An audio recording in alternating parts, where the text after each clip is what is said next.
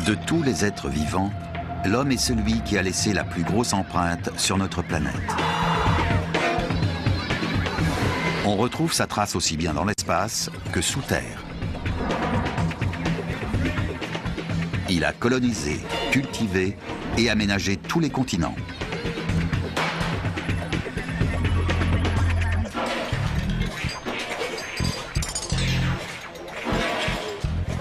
Mais pour prendre la véritable mesure de notre impact sur le globe, il faut imaginer ce qu'il serait sans nous. Si nous devions disparaître, que deviendraient nos autoroutes, nos villes, nos barrages et nos plus grands monuments? Voici l'histoire d'un monde que nous ne connaîtrons jamais. Un monde sans nous.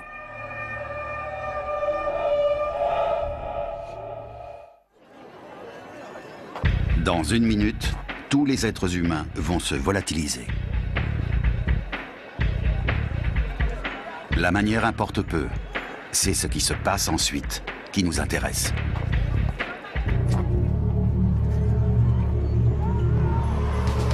Il y a près de 7 milliards de personnes sur Terre, dont la moitié vit dans les villes. Nos champs et nos prés recouvrent un tiers des terres émergées.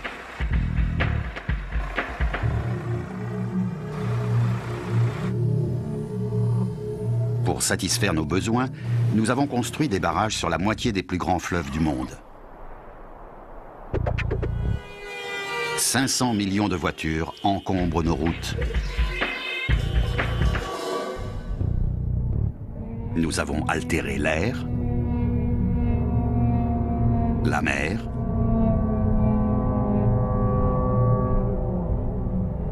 et les sols.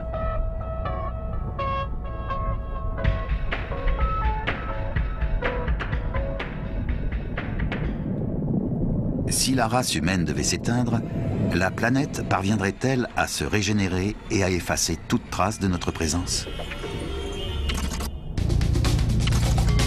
Vendredi 13 juin, à Berlin. Il est 13h30.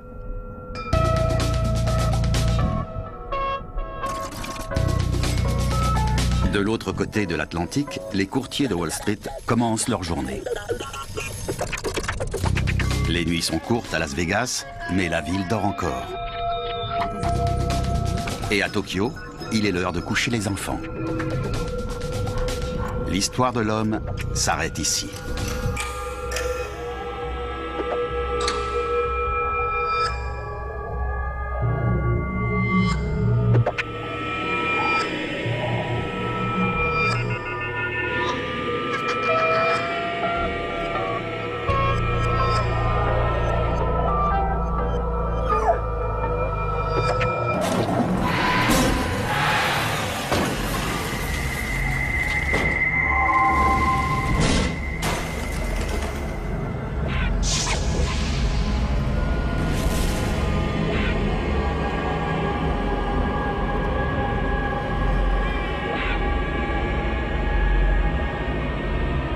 À la minute où l'on disparaît, le monde commence à changer.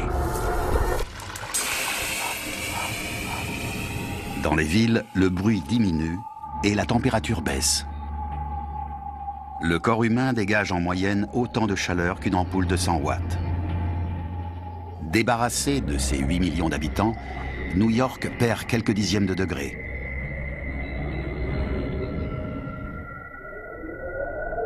Les machines continuent de tourner sans nous.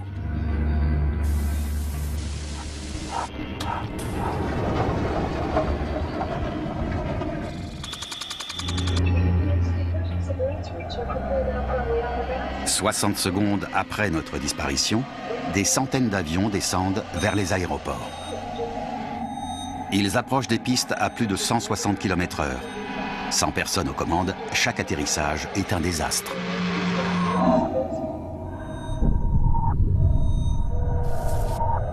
Des milliers d'autres appareils traversent le ciel en pilote automatique. Lorsqu'ils n'auront plus de carburant, la gravité se chargera de les ramener à terre.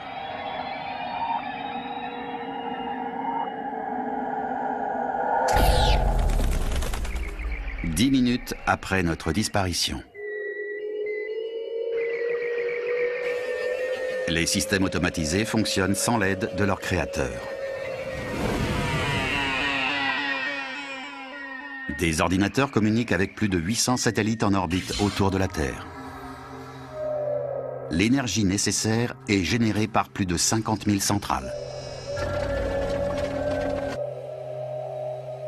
Au Canada, 70% de l'électricité est fournie par des centrales au charbon qui ont besoin d'être alimentées constamment.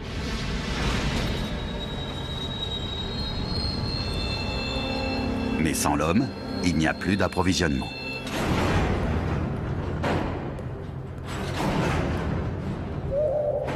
Des coupures en cascade mettent hors service une partie du réseau électrique nord-américain. Les lumières de Las Vegas s'éteignent pour toujours.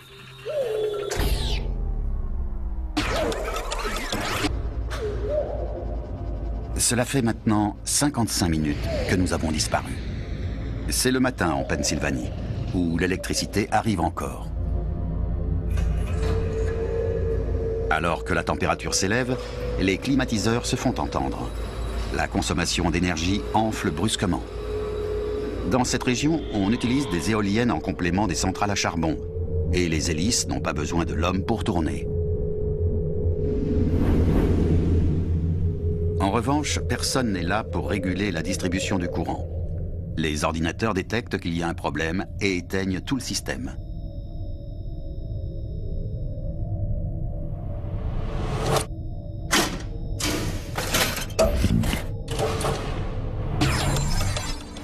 « 85 minutes après notre disparition. Les chutes du Niagara au Canada. On y trouve l'un des premiers barrages hydroélectriques du monde qui alimentait plus de 2 millions de foyers.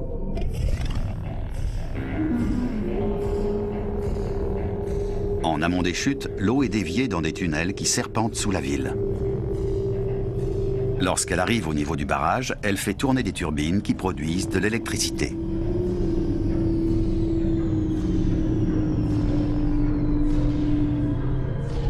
Mais sans un minimum de surveillance, les turbines ne tardent pas à être noyées et tout s'arrête. Quelques secondes plus tard, les lumières s'éteignent en Ontario et dans l'État de New York.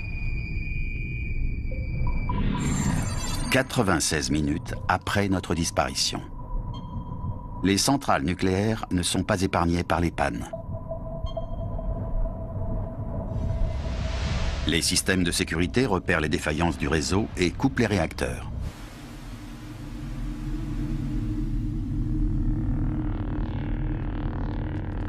Cela fait 6 heures que notre espèce s'est volatilisée. En Europe, le soleil se couche et les dernières centrales rendent l'âme.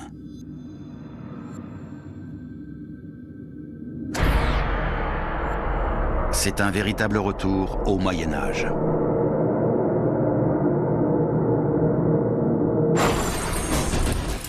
En Amérique du Nord, il fait encore jour et des milliers de moteurs tournent toujours.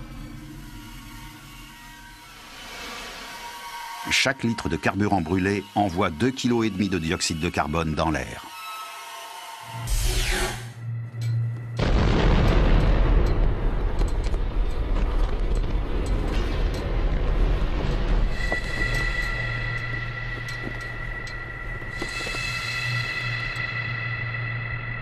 Toutes les usines sont paralysées par la coupure globale d'électricité.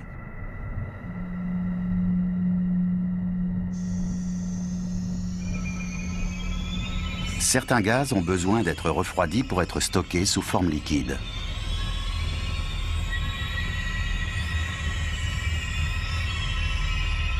Comme ils ne sont plus maintenus à la bonne température, ils commencent à bouillir et la pression augmente dangereusement.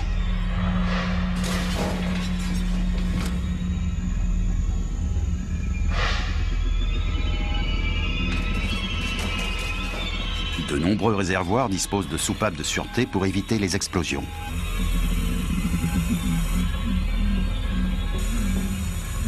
Portés par le vent, les gaz se dispersent dans l'atmosphère. Ceux plus lourds que l'air sont dangereux pour toute créature qui a l'habitude de renifler le sol.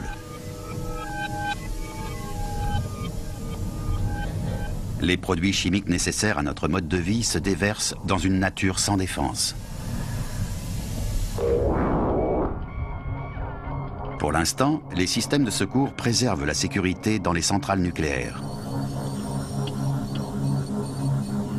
Les groupes électrogènes sont entrés en action. Mais les réserves de carburant ne sont pas infinies.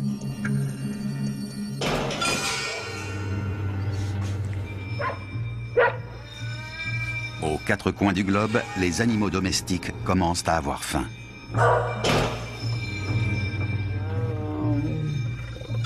Les zoos et les parcs animaliers n'ont plus de gardiens. Les prédateurs sont libres d'explorer ce nouveau monde. Et ses dangers. Un nuage de chlore s'est échappé d'un train et a tué un troupeau de cerfs. La situation se détériore dans les raffineries de gaz naturel. En se réchauffant, le combustible s'évapore.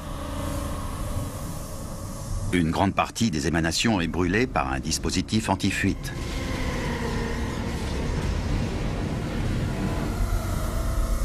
Mais le gaz évacué par les soupapes des réservoirs s'approche dangereusement de moteurs encore en marche. Une simple étincelle peut tout faire exploser.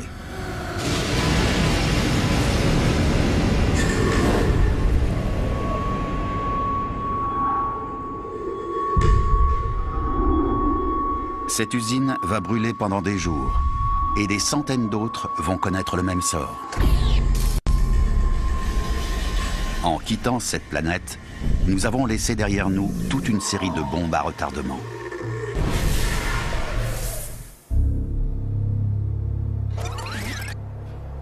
L'homme a disparu depuis maintenant 3 jours.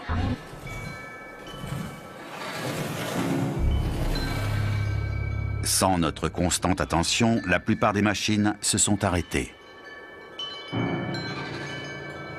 Des milliers de tonnes de produits toxiques se sont déversés dans la nature.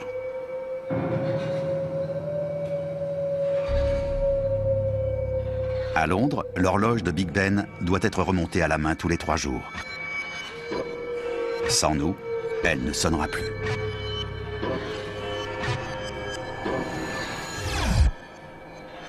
Le temps des hommes s'est interrompu. Mais la vie sur Terre continue.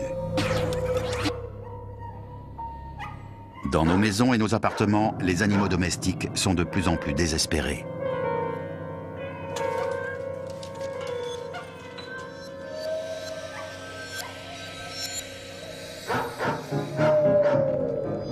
Ils n'ont pas été nourris depuis 3 jours. Rien qu'au Canada, 2 millions de chiens se retrouvent piégés. S'ils ne parviennent pas à s'échapper, ils mourront.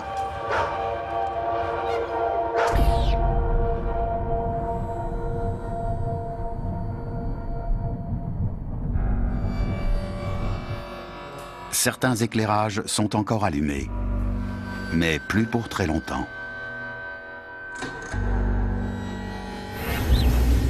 Il y a toujours de la lumière dans les centrales nucléaires. Les groupes électrogènes ont démarré dès que le courant a été coupé.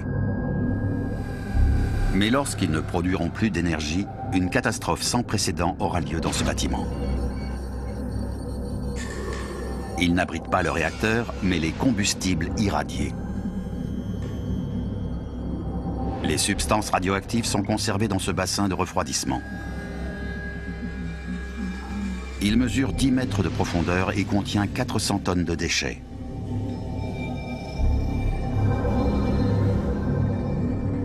Après la fission, les atomes continuent de se désintégrer et produisent de la chaleur et des radiations. On les enferme dans des tubes en alliage de zirconium.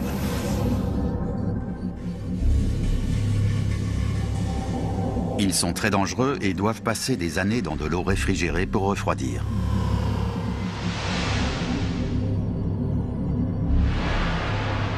On trouve ce type d'entrepôt disséminé partout en Occident. Le Canada en compte 11 et les États-Unis 75.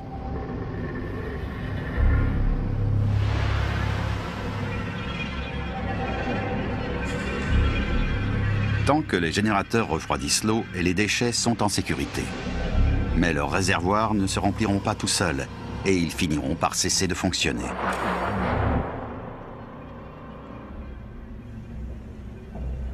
Quatrième jour dans le Nouveau Monde.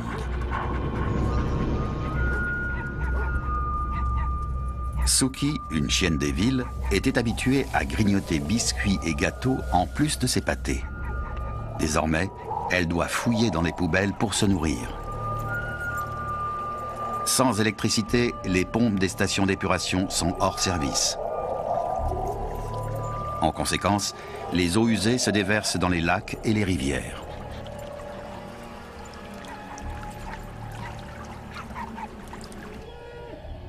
Nous avons laissé derrière nous 1,4 milliard de têtes de bétail, soit environ une pour chaque famille sur Terre.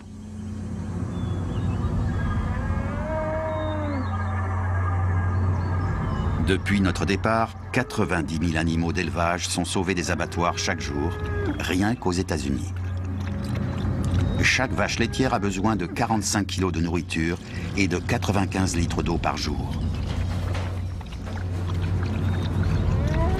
Mais les abreuvoirs ne sont plus alimentés. Si elles ne trouvent pas rapidement de l'eau, elles mourront en quelques jours.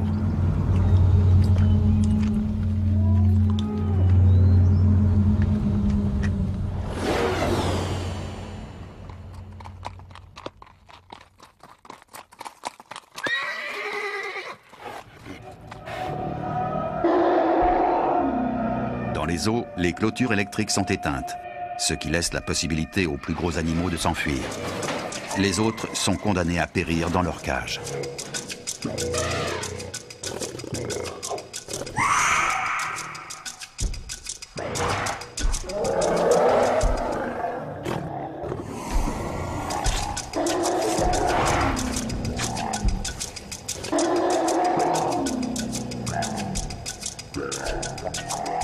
Les éléphants ingurgitent quotidiennement 180 kg de végétaux. Dans cette banlieue résidentielle, cela risque d'être difficile à trouver.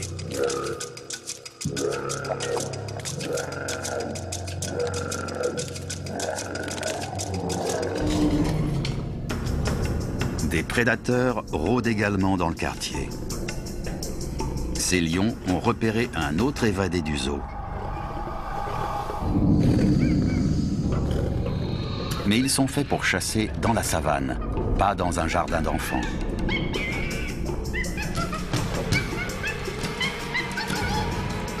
Escalader un toboggan est plus délicat que de grimper dans un arbre.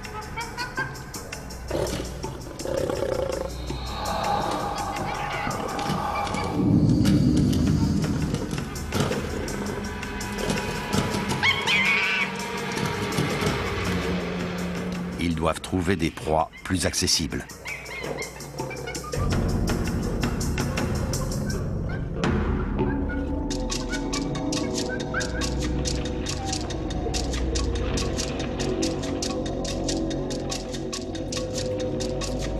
Les chameaux sont bien adaptés à ce monde.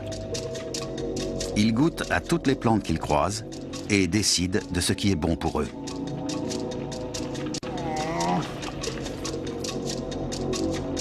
Lorsqu'ils trouvent quelque chose qu'ils aiment, ils le dévorent jusqu'à la dernière feuille.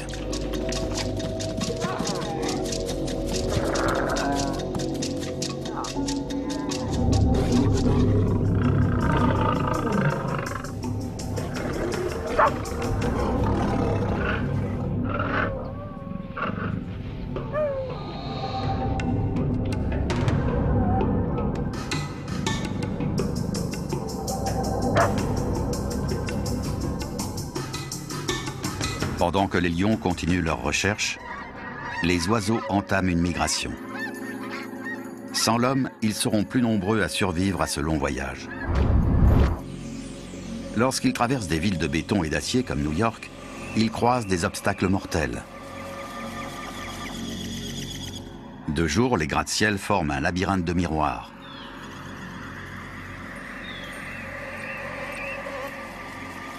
Aux États-Unis, 100 millions de volatiles meurent chaque année en percutant des fenêtres.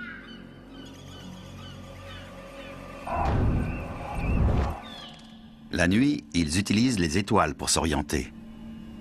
Mais la lumière des villes les perturbe, et il arrive souvent que des oiseaux tournent autour des immeubles sans s'arrêter, jusqu'à mourir d'épuisement.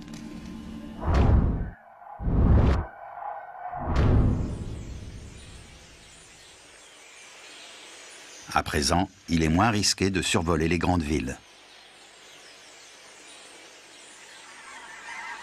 Cette année, ils seront des millions en plus à atteindre leur destination. Pour survivre, les chiens sont passés du statut d'animaux de compagnie à celui de prédateurs. Une semaine après avoir perdu leur maître, ils commencent à former des meutes et à se battre pour la domination. Cela s'était déjà produit en 2005, lorsque l'ouragan Katrina avait forcé les hommes à abandonner leurs compagnons à quatre pattes à la Nouvelle-Orléans.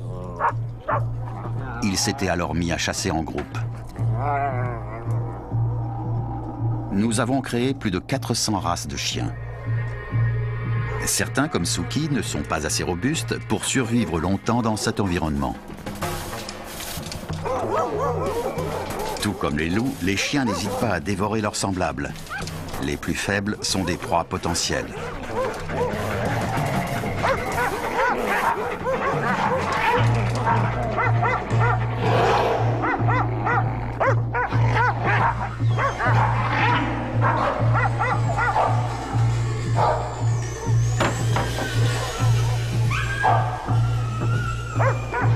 Dans les prochaines semaines, la plupart des petits chiens vont être tués.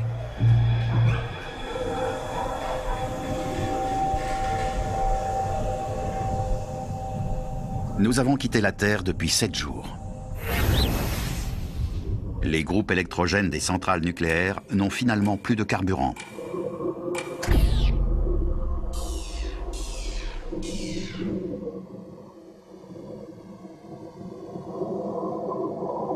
L'eau ne circule plus dans le circuit de refroidissement. La température commence à monter. En quelques jours, la totalité du bassin va s'évaporer. Il n'y aura personne pour empêcher le rejet de doses massives de substances radioactives. Les retombées seront plus de 500 fois supérieures à celles d'Hiroshima.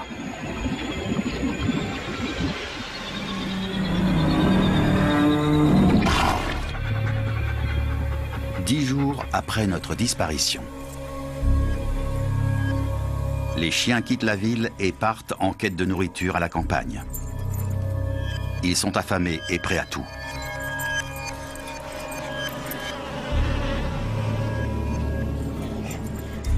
Ils découvrent des champs remplis de cadavres.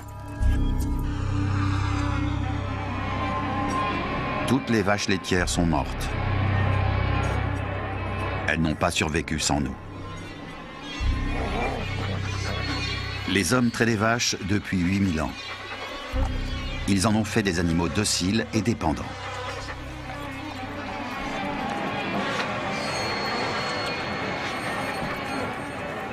Il y a encore 2 semaines, ces chiens mangeaient des aliments en boîte.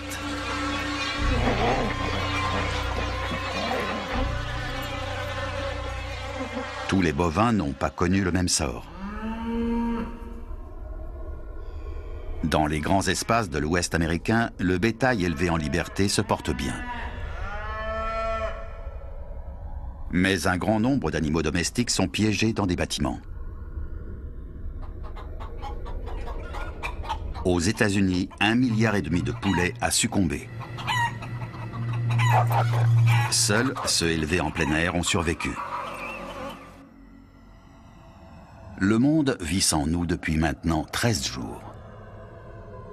Les villes se sont endormies pour toujours.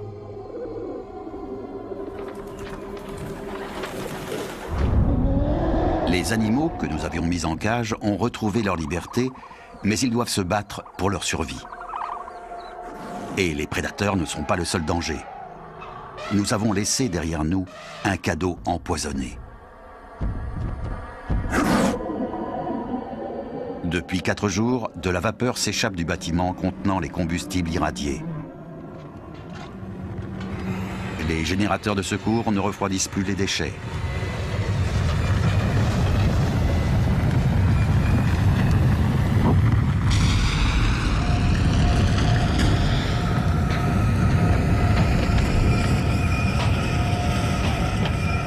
radioactivité qui règne ici équivaut à celle de 250 bombes atomiques.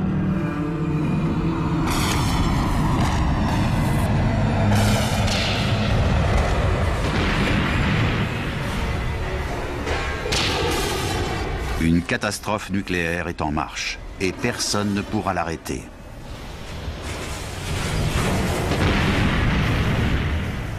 Une bouillie mortelle jaillit de l'entrepôt. Certains éléments qu'elle contient, comme le strontium 90, seront nocifs pendant 300 ans. Mais ce n'est rien comparé au plutonium qui sera radioactif pendant 240 000 ans. Les pins aux abords de la centrale sont tués presque immédiatement. Les substances toxiques s'accrochent à l'écorce de ces résineux.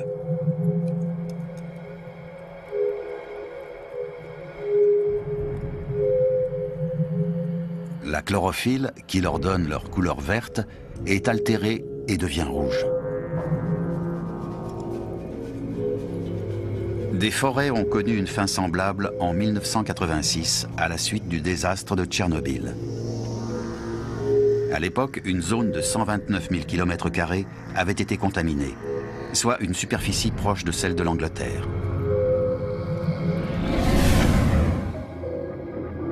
Sans la surveillance de l'homme, ces scènes sont vouées à se répéter. L'État de l'Illinois compte à lui seul 6 centrales nucléaires. Un nuage radioactif envahit les rues de Chicago, la ville où a eu lieu la première réaction en chaîne de l'histoire. Le feu se déclare dans la majorité des 30 centrales situées à l'est des États-Unis. Chacune d'elles peut provoquer l'équivalent de 20 Tchernobyl.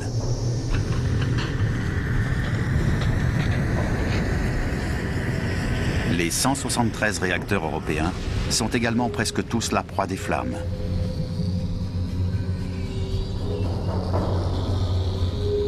Portés par le vent, les radiations sont un poison invisible qui se disperse sur des milliers de kilomètres carrés. Si l'espèce humaine était toujours là, elle serait frappée par une épidémie de cancer.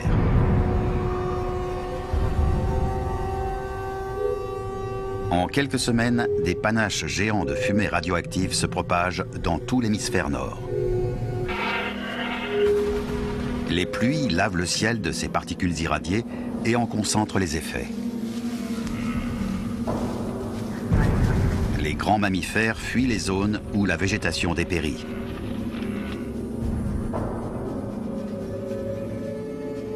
Les plus petites créatures n'ont pas cette possibilité. Elles vivent sur le sol pollué de la forêt. Les radiations ne pénètrent que d'environ 1 centimètre dans les tissus vivants.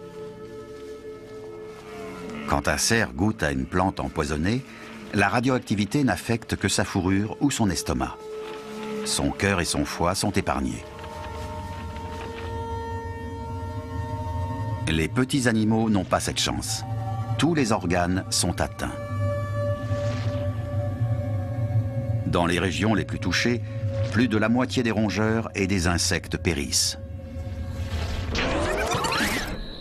En milieu urbain, il reste des sources de nourriture moins radioactives. Il suffit de se servir. Il y a suffisamment de vivres dans les supermarchés pour alimenter plusieurs générations de souris. Une femelle peut donner naissance à plus de 70 petits par an. Comme les radiations ont décimé ses proies dehors, ce chat tente sa chance à l'intérieur. Pour rester en bonne santé, il doit manger 8 souris par jour. Les hommes ont besoin d'une alimentation variée pour trouver le gras, les protéines et les vitamines dont ils ont besoin. Pas les chats. Ils sont capables de produire leur propre vitamine C et tirent les autres de la cervelle et des entrailles de leurs victimes.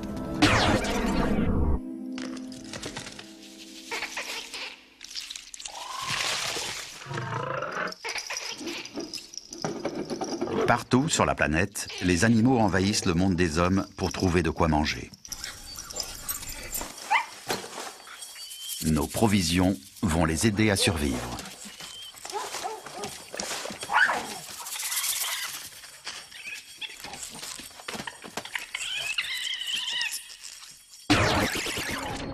Trois mois après notre disparition,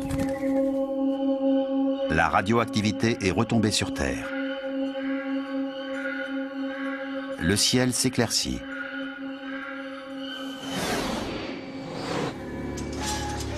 L'activité humaine produit de grandes quantités de poussière. Cette poussière entraîne la formation de gouttes d'eau dans les nuages. Sans notre pollution, il tombe moins de pluie.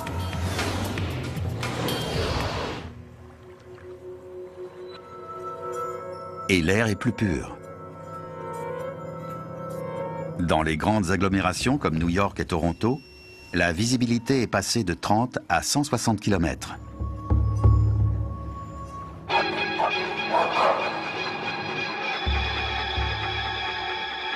Les chiens continuent de fouiller la campagne pour se remplir l'estomac. Mais la plupart ne sont pas de très bons chasseurs. Affamés, ils sont prêts à se jeter sur tout ce qui bouge.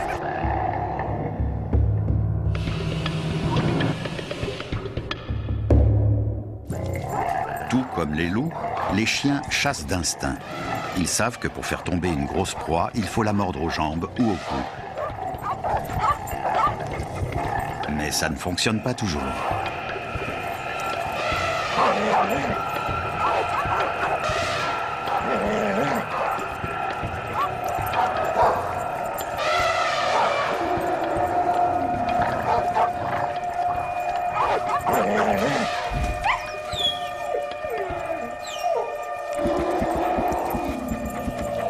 Maintenant que nous sommes partis, les éléphants n'ont plus de prédateurs à craindre. En seulement 4 mois, les animaux de compagnie et les occupants des eaux ont dû affronter la faim et la radioactivité. Et désormais, une autre difficulté les attend, l'hiver. Cela fait 6 mois que l'espèce humaine n'est plus sur Terre. Nous entrons dans ce que nous appelions le mois de décembre. Les animaux qui vivaient à nos côtés se sont adaptés ou sont morts. Les survivants ne sont toutefois pas au bout de leur peine, car dans l'hémisphère nord, le froid arrive. On pourrait penser que les cafards n'ont pas besoin de nous pour s'en sortir. Mais ils n'ont proliféré dans l'hémisphère nord qu'avec le développement du chauffage central. Sans électricité ni combustible dans les chaudières, des millions de blattes mourront avant Noël. Pour d'autres espèces, notre absence n'est pas un problème, mais une chance. Les ratons laveurs et les écureuils savent déjà comment survivre au froid. Ils dorment en attendant les beaux jours. Et cette année, ils auront l'embarras du choix pour trouver un abri. Les habitations humaines sont plus sèches et plus sûres que leurs tanières habituelles. Ces écureuils ont l'habitude de vivre en hauteur. Ils montent donc à l'étage. Les moufettes, elles, préfèrent le rez-de-chaussée.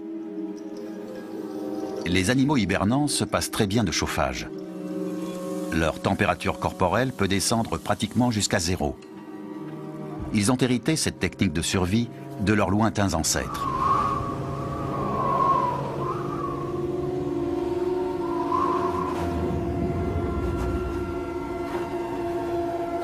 L'évolution, en revanche, n'a pas armé l'éléphant pour lutter contre le froid.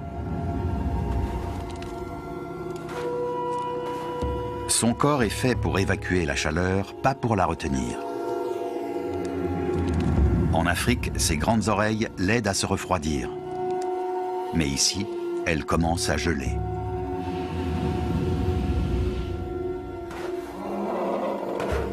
S'il ne veut pas mourir de froid, il doit partir vers le sud.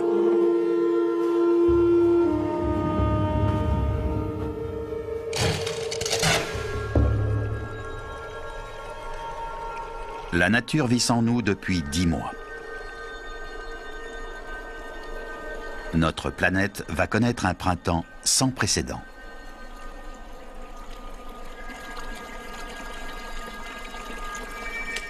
Les forêts aux alentours des centrales nucléaires en ruine sont figées.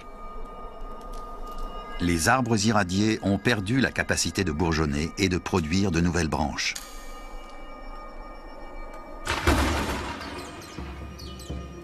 Loin des centrales, le printemps répare une partie des dégâts que nous avons causés. La pluie lave les feuilles des particules radioactives.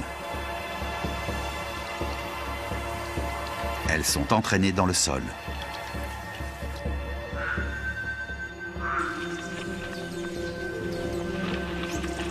Des menaces importantes qui pesaient sur la faune ont disparu.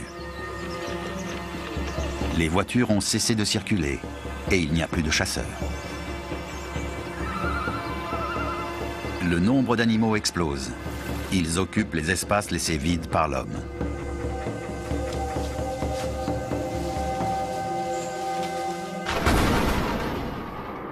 Nous sommes en mai, 11 mois après notre extinction. Au cours de leur dernière année sur la route, les voitures ont relâché 7 milliards de tonnes de CO2 dans l'air. Plus d'une tonne pour chaque personne vivant sur Terre.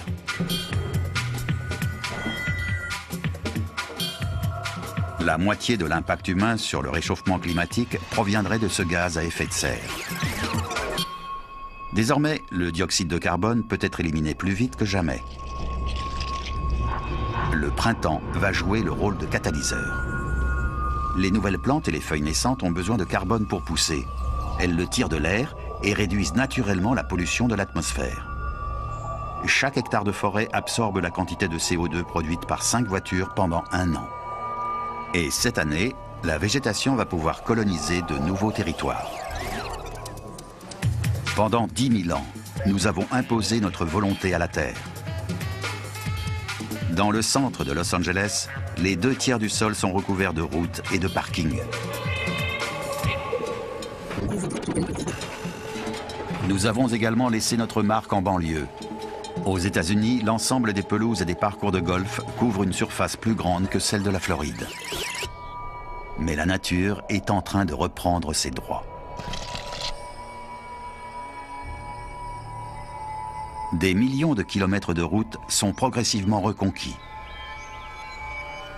La mousse et les lichens sont les premiers envahisseurs. Ils s'engouffrent dans la moindre fissure et n'ont besoin que d'un peu d'eau pour pousser. 5 ans après notre départ, de l'herbe a pris place sur l'asphalte.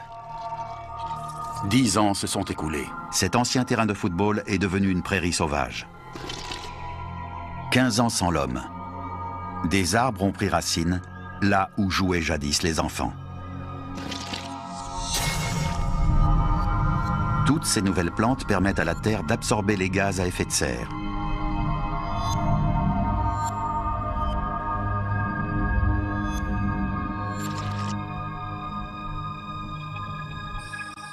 Année après année, la verdure gagne du terrain. Les êtres humains avaient également conquis le ciel.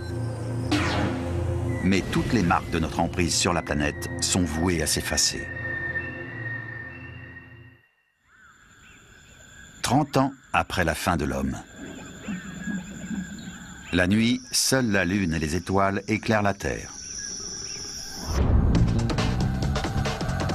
L'époque où nos lumières artificielles étaient visibles depuis l'espace est depuis longtemps révolue.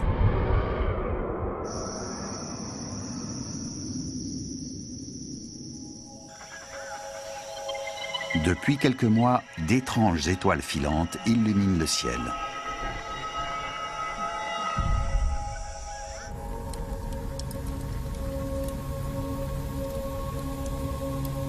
Rares sont celles qui atteignent le sol. Ce ne sont pas des météorites ordinaires.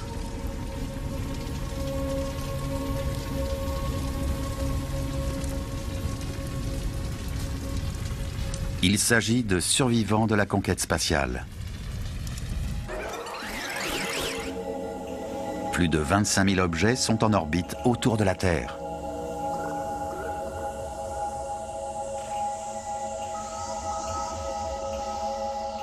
La plupart ne sont que de la ferraille, des débris de fusées ou des outils perdus.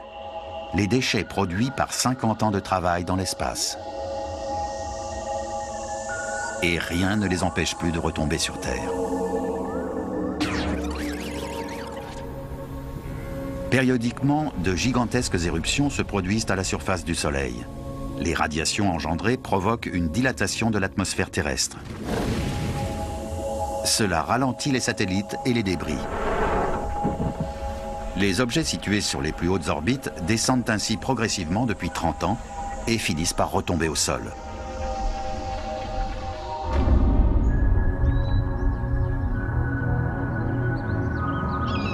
Le monde a bien changé depuis qu'ils ont été envoyés dans l'espace. Les habitations humaines se détériorent inexorablement.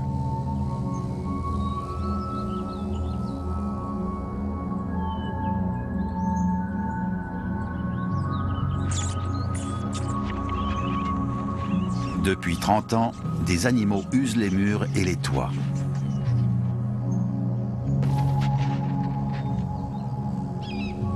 De la poussière et des graines sont déposées dans les maisons par le vent.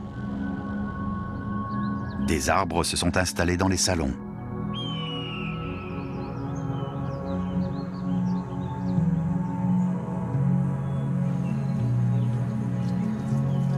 Il pleut à l'intérieur des pièces.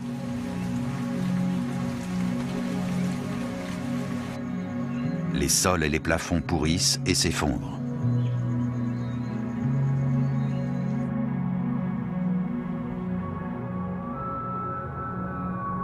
Dans les écoles, on apprenait aux enfants que notre espèce était capable de changer le monde.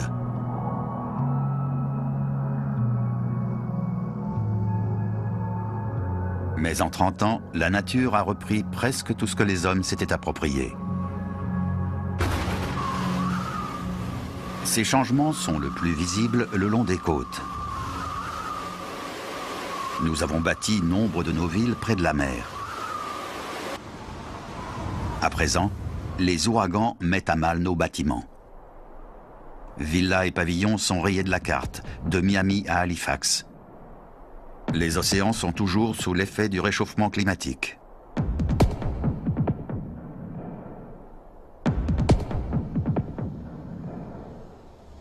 Plus de 50 000 navires se sont échoués sur les rivages ou rouillent au fond de la mer.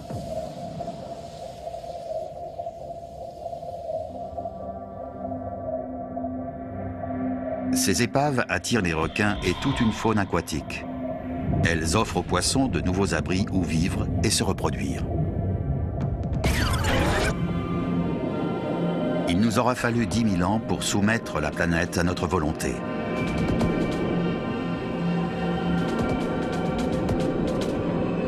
Mais rien ne résiste à la révolte de la nature, pas même nos citadelles de béton.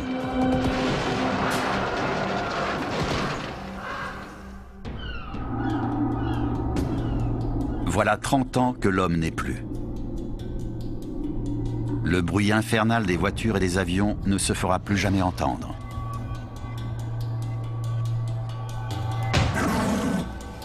Pour autant, nos villes sont toujours pleines de vie. Les chiens sauvages y chassent en meute. Ils nous ont remplacés dans les rues et sur les trottoirs. À New York, Central Park gagne du terrain.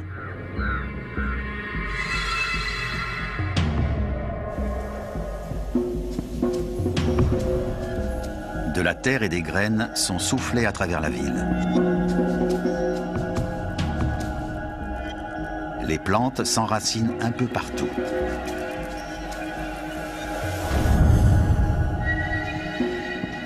La célèbre place de Times Square, où se réunissaient les New-Yorkais pour fêter la nouvelle année, est progressivement ensevelie sous la végétation.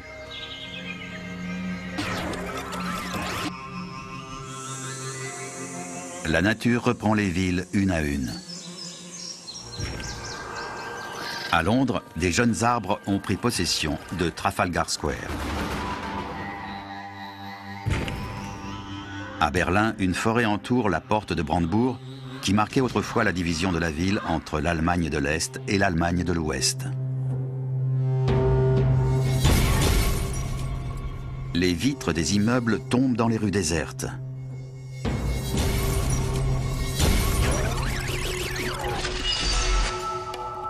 Du temps où nous étions encore sur Terre, les tours de verre étaient le symbole de la modernité. Tout le verre produit à l'époque de l'Empire romain ne suffirait même pas à recouvrir un seul de nos gratte-ciel. Sur ces bâtiments, les vitres sont généralement tenues par des fixations en métal. Depuis 30 ans, elles ont rouillé et les joints sont fissurés.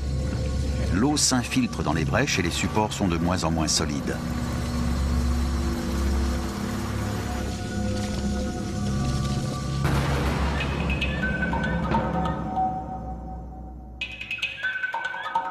Auparavant, les villes n'étaient pas des terrains de chasse alléchants, mais aujourd'hui, elles regorgent de proies.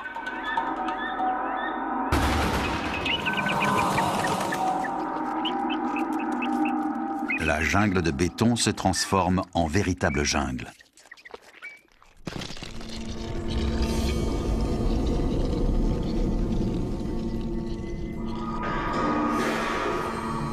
Toutes les preuves de l'existence de l'homme se désagrègent petit à petit. Après des années sans entretien, la peinture des objets s'écaille. Le métal est à la merci des éléments et de la corrosion.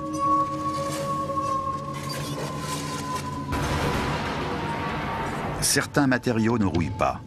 En plus de résister à l'oxydation, le plastique n'est comestible pour aucune créature. La nature est donc incapable de s'en débarrasser. Mais le plastique a tout de même un ennemi. Le feu. Il ne résiste pas aux incendies de forêt.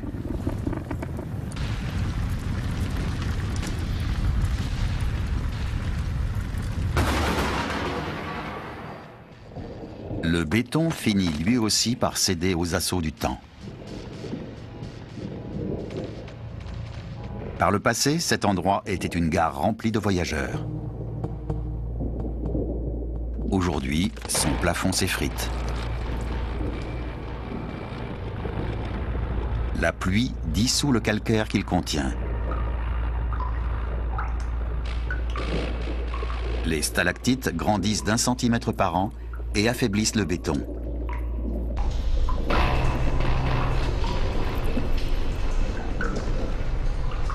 Cette destruction est accélérée par l'héritage que nous avons laissé.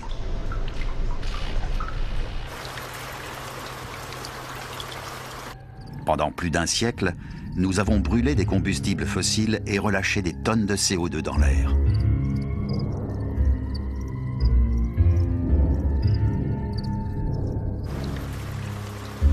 En retombant par terre, ils se mélangent à l'eau de pluie et forment de l'acide carbonique qui ronge le béton partout dans le monde.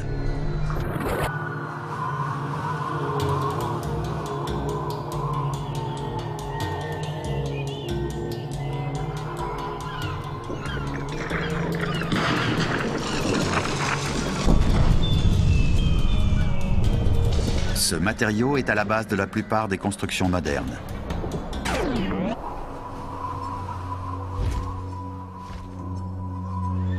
Toutes les villes du globe connaissent le même sort, une lente décomposition.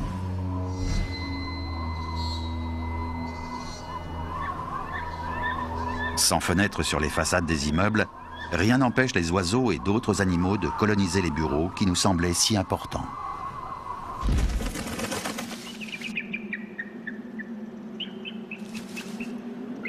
Mais ils ne sont pas conçus pour être ouverts aux 4 vents. Les faux plafonds et les cloisons sèches sont incapables de résister à 60 ans d'intempéries.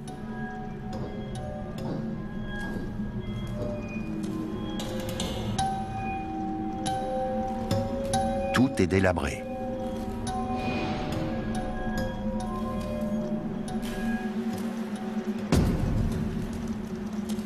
Sans hommes pour réparer les dégâts, notre monde tombe irrémédiablement en ruine.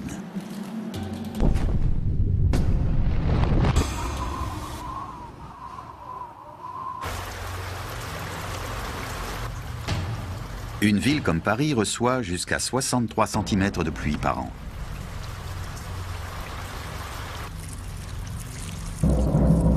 La structure de cette tour d'affaires, autrefois protégée, est détrempée.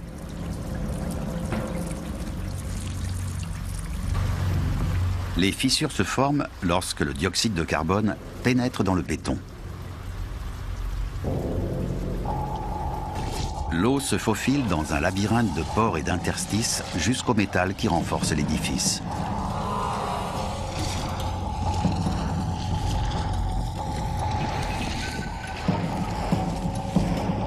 Ces armatures, normalement isolées du monde extérieur, sont à présent rongées par le CO2. Sous l'effet de la rouille, elles peuvent gonfler jusqu'à atteindre 10 fois leur taille d'origine. Les fissures se propagent jusqu'en surface. À la manière d'un cancer, elles attaquent l'ouvrage de l'intérieur. Partout dans le monde, le béton souffre du même mal.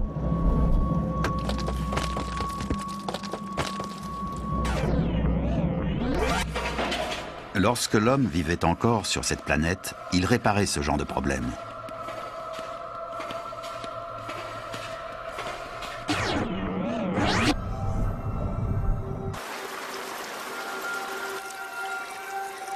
Sans lui, il ne reste personne pour freiner l'usure du temps.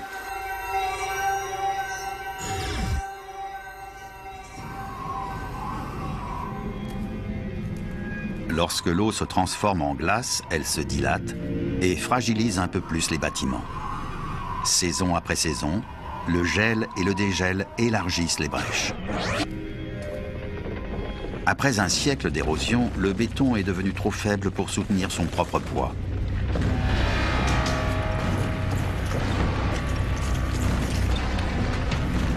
Les étages s'effondrent les uns sur les autres.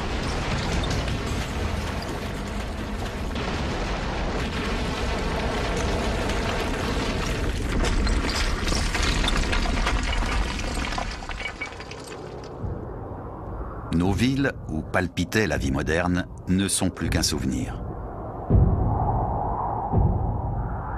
Petit à petit, la planète efface les traces de notre passage. Il est loin le temps où nous pensions pouvoir canaliser l'énergie de la nature.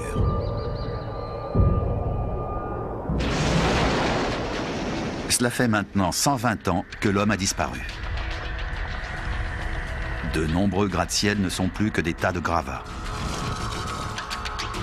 Les intempéries ont eu raison des murs de béton.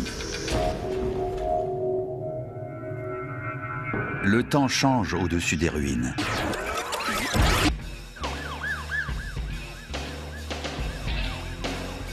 À l'époque de notre règne sur Terre, le bitume absorbait 95% du rayonnement solaire.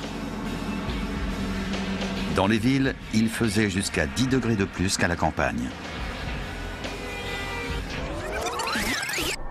Maintenant que le goudron a cédé sa place à l'herbe et aux arbres, la température a chuté.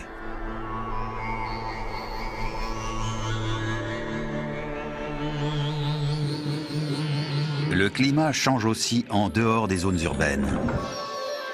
Le réchauffement de la planète s'est enfin arrêté, grâce aux océans. Depuis plus d'un siècle, les vagues captent le CO2 de l'air.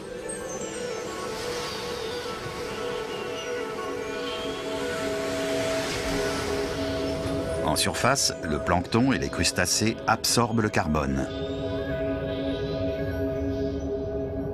Lorsqu'ils mourront, ils l'emporteront avec eux au fond de la mer.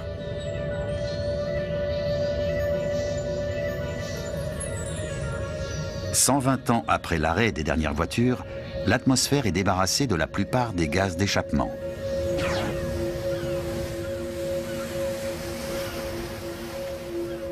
Ces changements se font ressentir sur la totalité du globe. À Berlin, la jeune forêt a attiré une nouvelle faune. Cette végétation est une source de nourriture parfaite pour les animaux.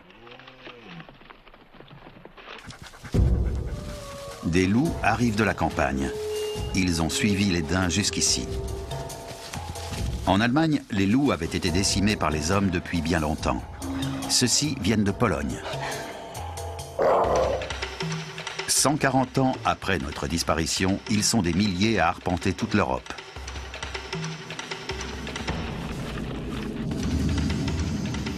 Pour survivre, ils doivent manger tous les 2 ou 3 jours.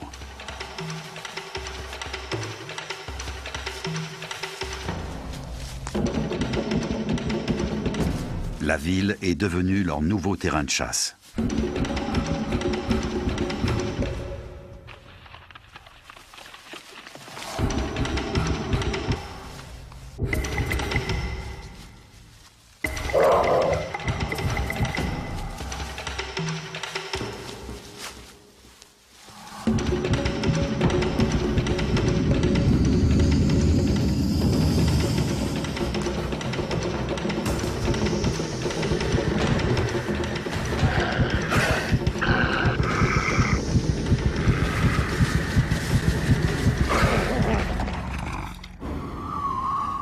150 ans après notre disparition.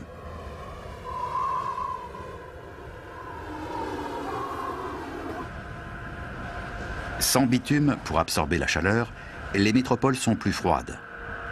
Dans l'hémisphère nord, la neige tombe en plus grande quantité et tient plus longtemps. Les meutes de loups ont besoin de nourriture pour se réchauffer.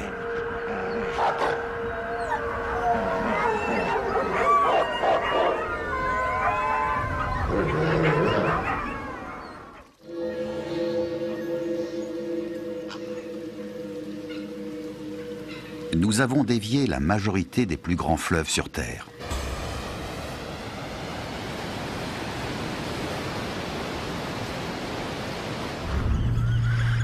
Voici la Tamise à Londres. L'homme tentait déjà de la dompter il y a plus de 1000 ans. Les fortes marées et les orages menaçaient régulièrement de faire déborder le fleuve.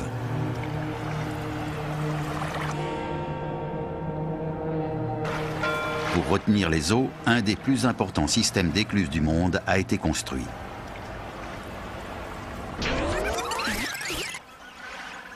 Mais aujourd'hui, le cours de la Tamise n'est plus régulé. Les marées ont poussé des bateaux contre les ponts, créant des barrages. Pour les contourner, le fleuve déborde sur les berges.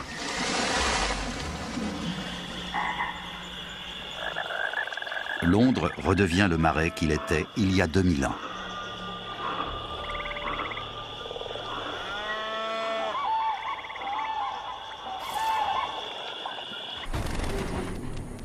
De l'autre côté du monde, le problème est la sécheresse. Voici Imperial Valley, au sud de la Californie. Chaque hiver, cette région produisait la moitié des fruits et légumes consommés en Amérique. Après 150 jours d'ensoleillement, certaines variétés étaient récoltées 4 fois par an. Mais il ne tombe que 7,5 de pluie de janvier à décembre. L'air sec préserve les bâtiments, mais il est catastrophique pour les cultures.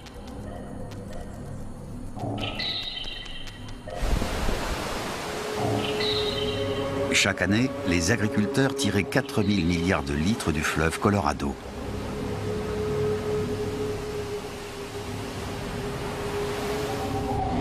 Suffisamment pour couvrir chaque champ de 2 mètres d'eau.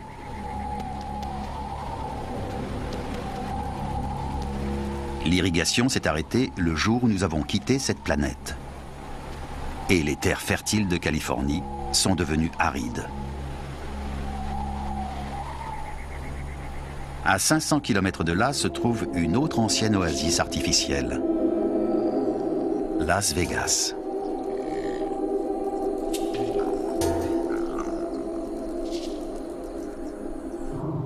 Construite au beau milieu du désert, la ville utilisait des pompes électriques pour alimenter ses casinos et ses fontaines. Une fois que le courant a été coupé, la source s'est tarie.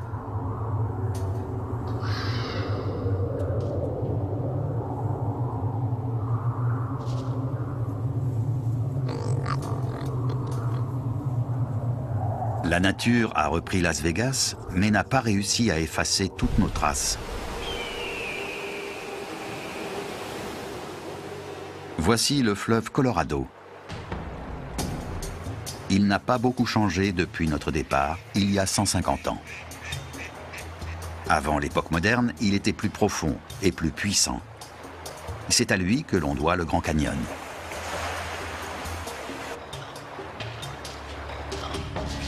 De nombreux barrages ont été construits sur le Colorado.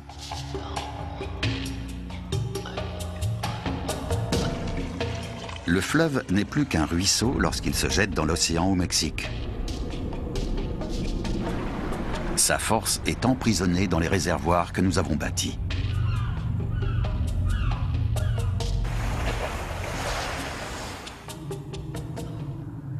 « 200 ans après notre disparition.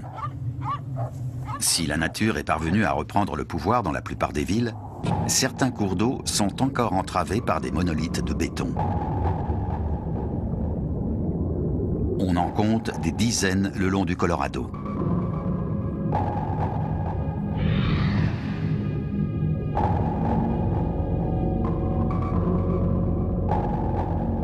Le plus grand d'entre eux est le barrage Hoover. Aussi haut qu'un immeuble de 70 étages, ses fondations sont larges comme 2 terrains de football.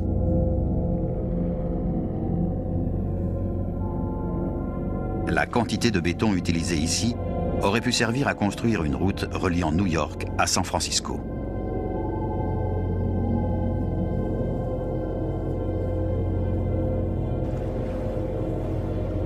Le barrage a créé un réservoir gigantesque, le lac Mead.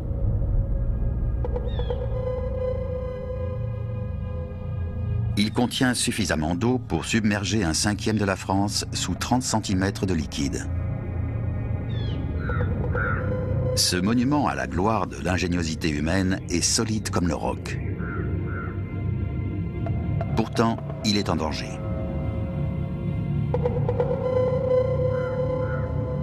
La menace se situe au nord, en amont du Colorado, près de la frontière avec l'Utah. Voici le barrage de Glen Canyon. Il a été conçu pour fournir une réserve d'eau d'urgence en cas d'assèchement des réservoirs en aval. Bâti pour durer des siècles, il a tout de même un point faible, ses déversoirs. Ils ont la même fonction que le trop-plein d'une baignoire. Si le niveau du fleuve est trop élevé, l'excédent d'eau se déverse par les tunnels d'évacuation. Mais ce système n'est pas très efficace en cas de crue soudaine. C'est au sommet de ces montagnes que tout commence. L'hiver dernier, il y est tombé plus de neige que d'habitude. Au printemps, elle fond et gonfle le torrent qui dévale les reliefs vers le Colorado. Les eaux de crue se rapprochent du barrage. Après un siècle de corrosion, les vannes des déversoirs sont détruites. L'eau déferle dans les tunnels au cœur du barrage et quelque chose d'étrange se produit. Des bulles de gaz se forment suite à une dépression dans le liquide. Elles rongent la roche et s'attaquent progressivement au barrage.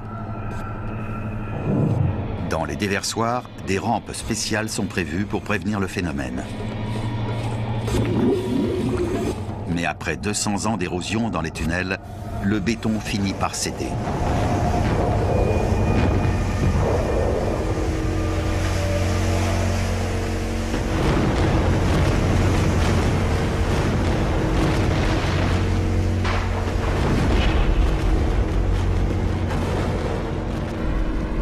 « 17 milliards de mètres cubes foncent en aval. La vague mesure 16 mètres de haut. Elle se dirige tout droit sur le barrage Hoover. Cet ouvrage est capable de supporter 219 tonnes de pression par mètre carré. Mais ses concepteurs n'avaient pas prévu ça.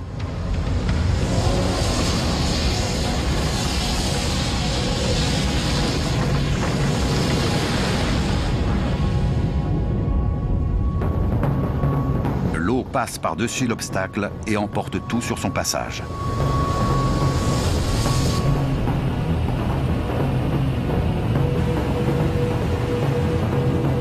Elle file vers le sud à 40 km/h, perforant des dizaines d'autres barrages.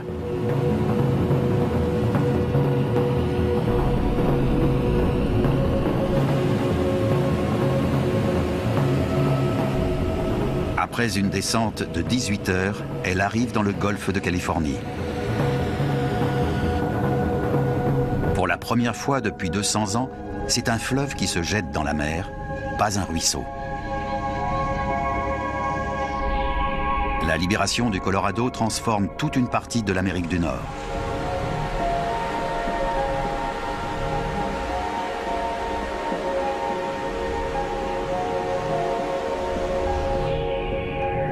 Un vaste marécage reprend vie.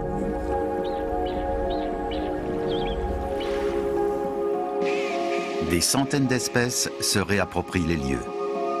La nature est venue à bout d'une de nos plus grandes prouesses techniques. Partout dans le monde, notre histoire semble vouée à l'oubli. À Paris, les Marais ont repris possession de la ville.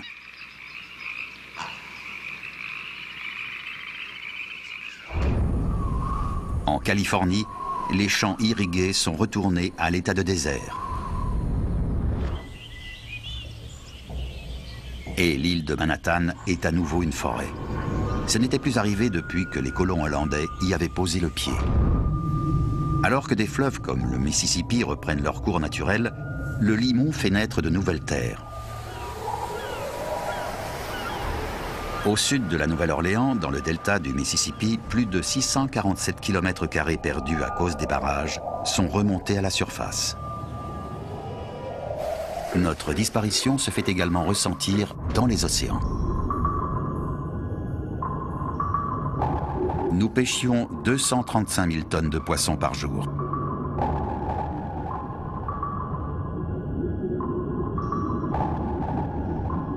Sans chalutiers pour les attraper, ils vivent plus longtemps et deviennent plus gros.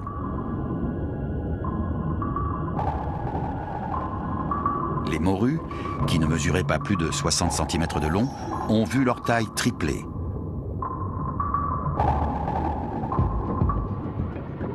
D'autres créatures profitent de notre absence. « 200 ans sans hommes ont fait un bien fou aux baleines. Nous les avons longtemps fait souffrir. Avant le développement de l'industrie pétrolière, elles étaient une source majeure de combustible pour les lampes et les machines.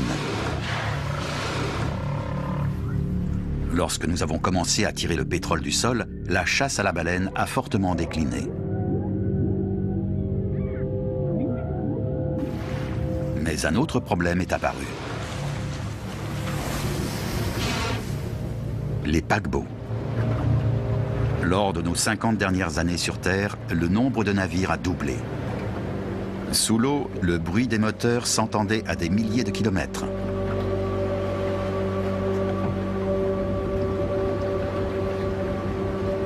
Cette pollution sonore était nuisible aux cétacés. Le ronflement des machines couvrait les champs, leur permettant de trouver des partenaires.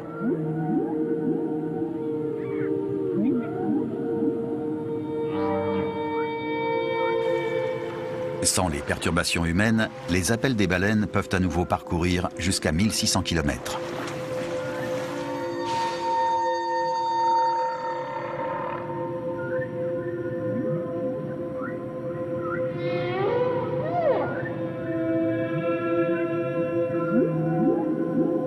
Après 200 ans, notre impact sur la mer est pratiquement réduit à néant.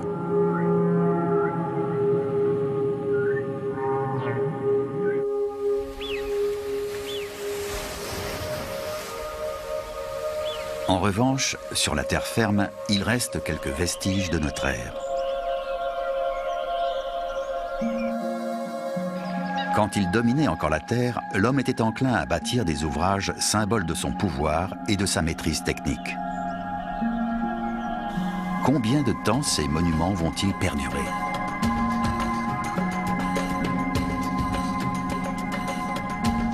Lequel d'entre eux sera le dernier à tenir debout ?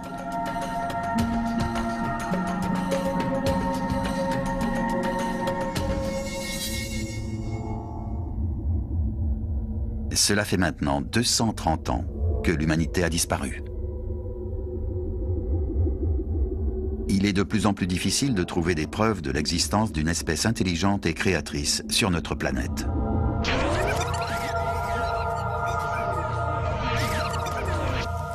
La plupart des villes ont été avalées par la végétation. Cependant, il existe encore quelques traces de notre présence passée.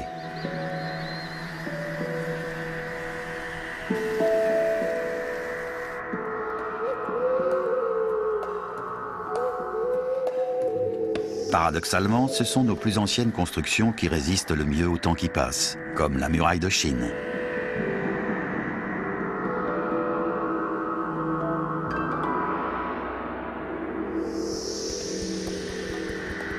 Les Égyptiens ont érigé les pyramides et sculpté le Sphinx il y a plus de 4000 ans. Nos structures modernes connaîtront-elles la même longévité ? L'une des plus célèbres est certainement la Tour Eiffel.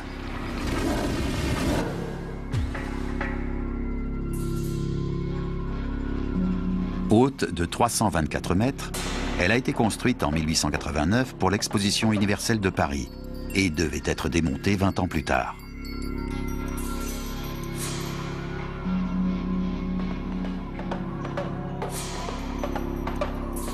Mais les Français en sont tombés amoureux et l'ont gardée.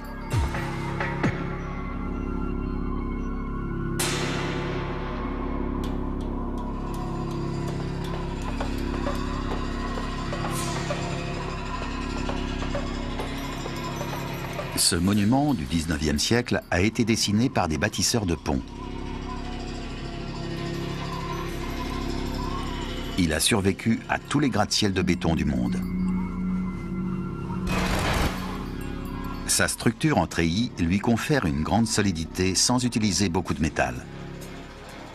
Son poids total n'est que de 7300 tonnes.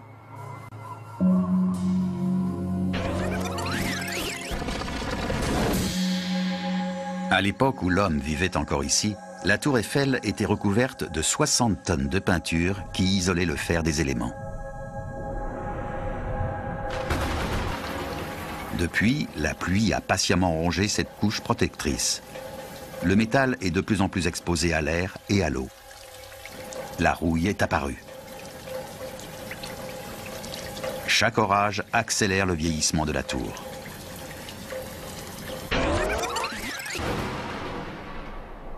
Elle est désormais à la merci du vent, dont les effets sont amplifiés au sommet.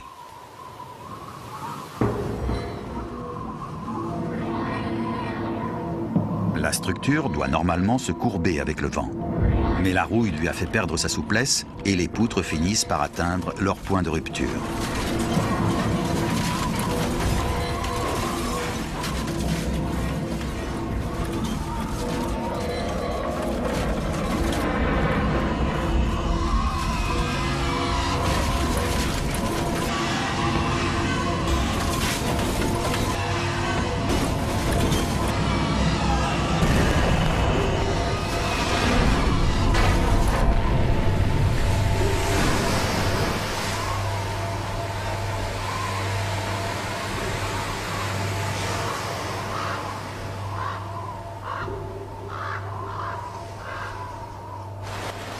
Nos bâtiments sont figés dans le temps et ne peuvent pas s'adapter à leur environnement.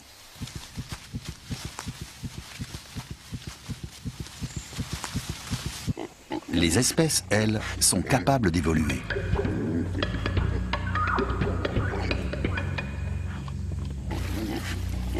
La plupart de ces cochons sont des descendants de ceux que l'homme élevait dans ses fermes.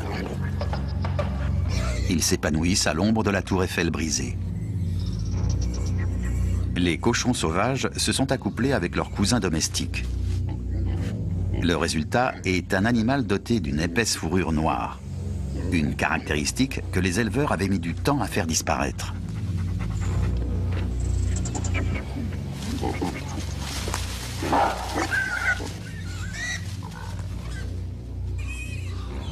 Pour survivre dans ce monde, ils ont besoin d'être puissants et robustes.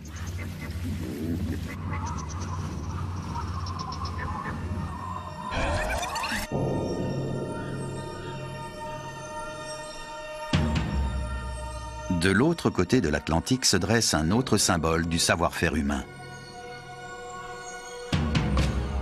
La Statue de la Liberté a été édifiée en 1886, soit 3 ans avant la Tour Eiffel. Elle est composée de plaques massives de cuivre.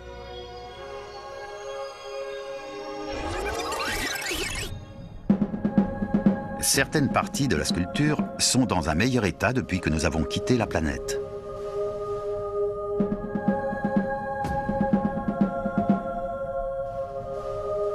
Son nez et ses joues ne sont plus noircis par la pollution. L'air est plus pur et c'est une statue plus propre qui contemple la mer. Mais tout n'est pas aussi positif.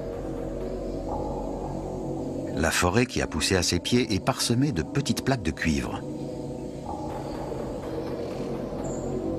Épaisses comme 2 pièces de monnaie, elles ont une durée de vie d'1 millénaire. Pourquoi la Statue de la Liberté perd-elle sa peau? Après 230 ans, son bras a été le premier à faiblir. Si son enveloppe est faite de cuivre, son squelette est, lui, en fer.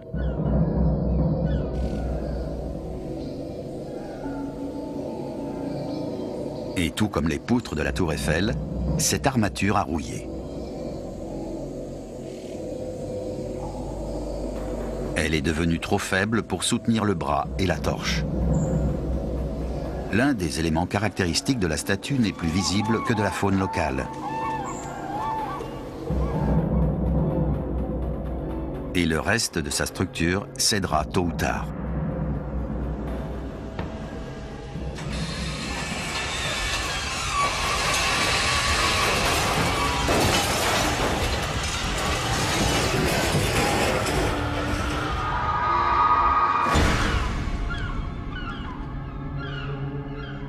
L'usure du temps a fait son œuvre sur nombre de nos monuments.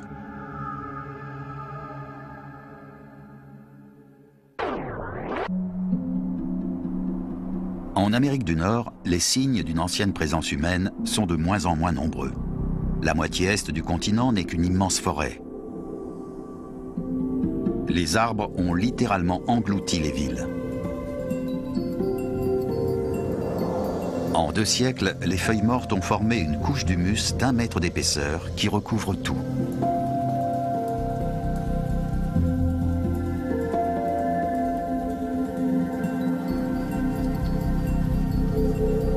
Les cours d'eau en crue dévoilent occasionnellement des morceaux de notre histoire.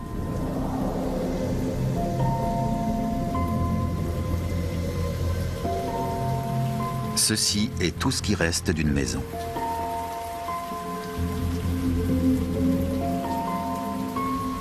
Le plastique, omniprésent dans les foyers modernes, est toujours visible.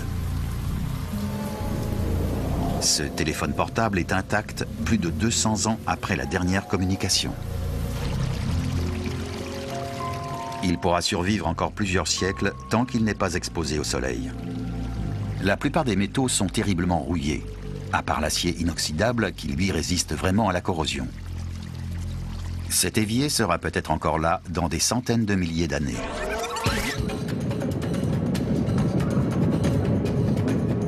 Dans l'Ouest américain, caribous et cerfs gambadent sur des millions d'hectares d'anciennes terres agricoles. Et on peut à nouveau trouver des bisons dans la région. La taille des troupeaux augmente jusqu'à 30% par an. Les chevaux étaient présents sur ce continent bien avant l'arrivée des hommes. Ils ont retrouvé leur liberté et peuvent galoper là où bon leur semble.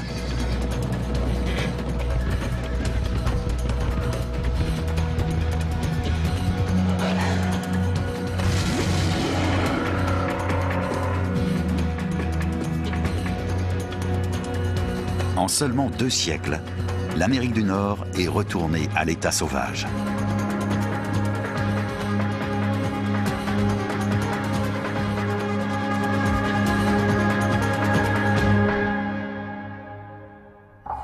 Mille ans après notre disparition.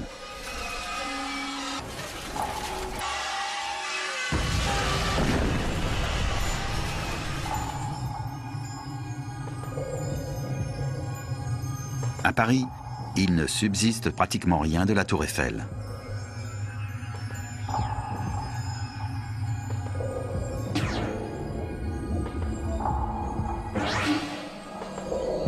À New York, la Statue de la Liberté est tombée dans la forêt. Son squelette de fer s'est totalement affaissé. En revanche, son piédestal tient toujours debout. Fait de béton et recouvert de granit, il durera encore quelques millénaires. Mais si on lui donne suffisamment de temps, notre planète se débarrassera de tout ce que l'humanité a laissé derrière elle.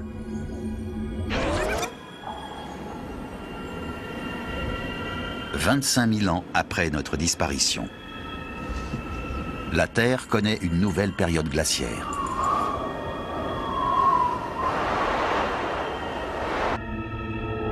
Une modification progressive de son orbite l'a éloignée du Soleil. La neige qui perdure 2 étés de suite est le premier signe de ce refroidissement. Puis s'ensuit une réaction en chaîne. La glace recouvre la plus grande partie de l'hémisphère nord.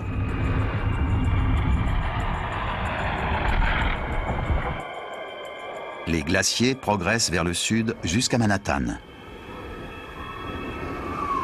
Ils font disparaître les derniers restes de la Statue de la Liberté ainsi que tout vestige de notre civilisation dans la région.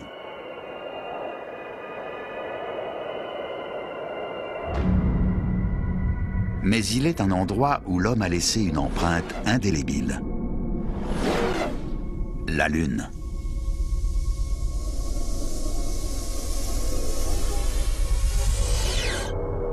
Ici, le paysage évolue bien plus lentement. Des cratères vieux de 4 millions d'années y sont parfaitement conservés. Il en va de même pour certains artefacts. Une voiture lunaire, une caméra. Les derniers reliquats de l'espèce humaine demeureront ici pendant des millions d'années. Mais pas sur Terre.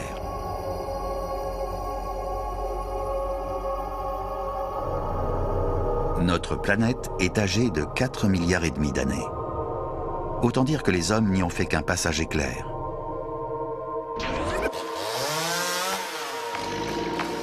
Il nous a fallu 10 000 ans pour abattre la moitié de nos forêts.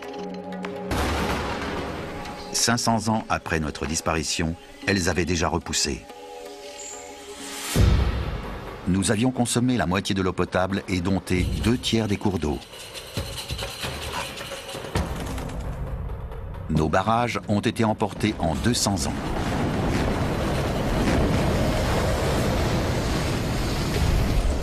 Chaque année, nous rejetions 13,5 milliards de tonnes de dioxyde de carbone dans l'atmosphère.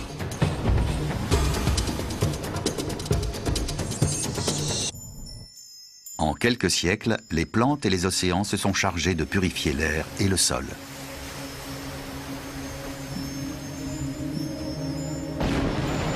Nos plus grandes métropoles se sont écroulées en à peine plus de 100 ans.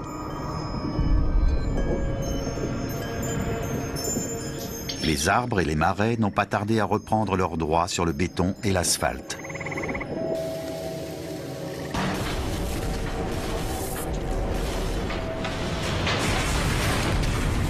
La planète est même parvenue à se remettre de notre héritage radioactif.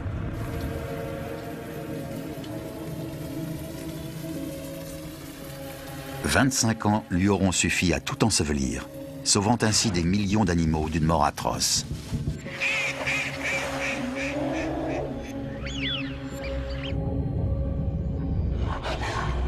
La Terre est dotée d'une grande force de résilience. Elle a su remettre sur pied tout ce que nous avions détruit.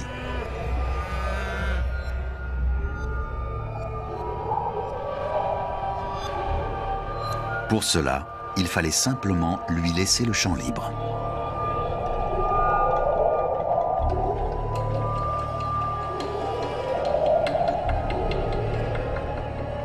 Tout ceci n'était que pure invention. Un exercice mettant au jour notre réel impact sur la planète. On peut en tirer la conclusion suivante. Si la Terre peut très bien se passer de nous, nous n'avons aucune chance sans elle.